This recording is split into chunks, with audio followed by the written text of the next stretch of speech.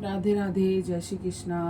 आज है कार्तिक मास का 6वां दिन और आज हम पढ़ेंगे कार्तिक महात्म्य का 8वां अध्याय, क्योंकि पहले दिन और 5वें दिन हमने दो अध्याय का पाठ कर लिया था। तो आज हम 8वां अध्याय पढ़ेंगे।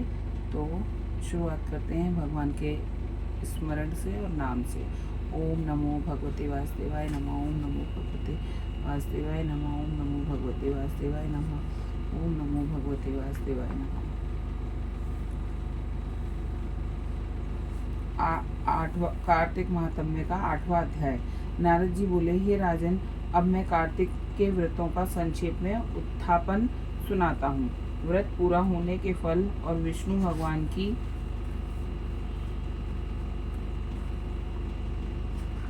प्रसन्नता के लिए कार्तिक शुक्ल चतुर्दशी को उत्थापन करें।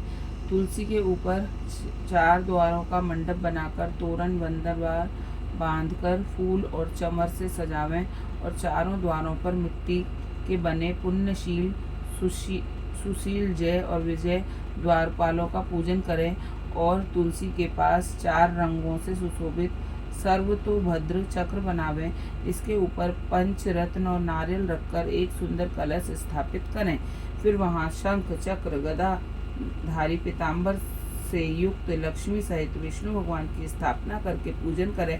व्रती पुरुष मंडल में इंद्रादि को पूजें। द्वादशी को भगवान उठे, त्रयोदशी को देवताओं ने उनके दर्शन किए और चतुर्दशी को पूजन करें।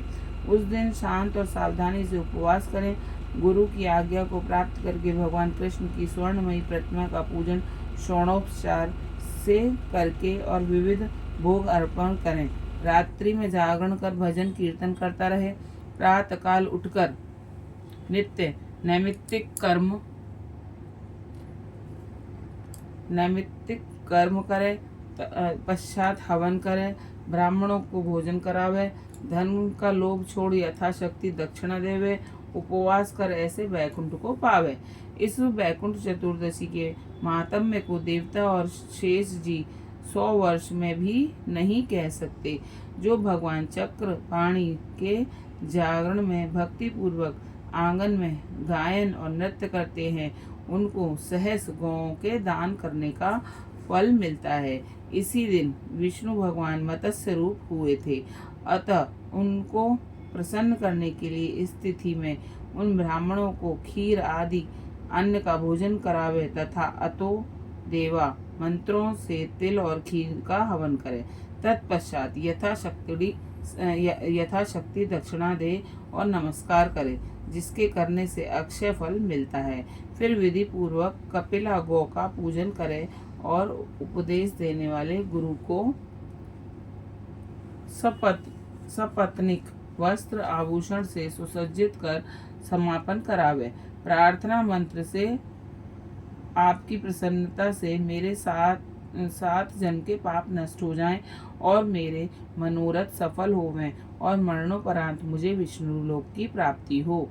ऐसे उन ब्राह्मणों से क्षमापन करा के और प्रसन्न कर पूजा की सामग्री गौ के समेत गुरु को निवेदन करें। फिर अपने बांधवों सहित स्वयं भोजन करें। कार्तिक और माघ की यह विधि कही है। ऐसा सम्यक रीति से कार्तिक का व्रत करने वाला संपूर्ण कामनाओं से युक्त विष्णु भगवान के समीप चला जाता है। ये हो गया 8वां अध्याय संपन्न।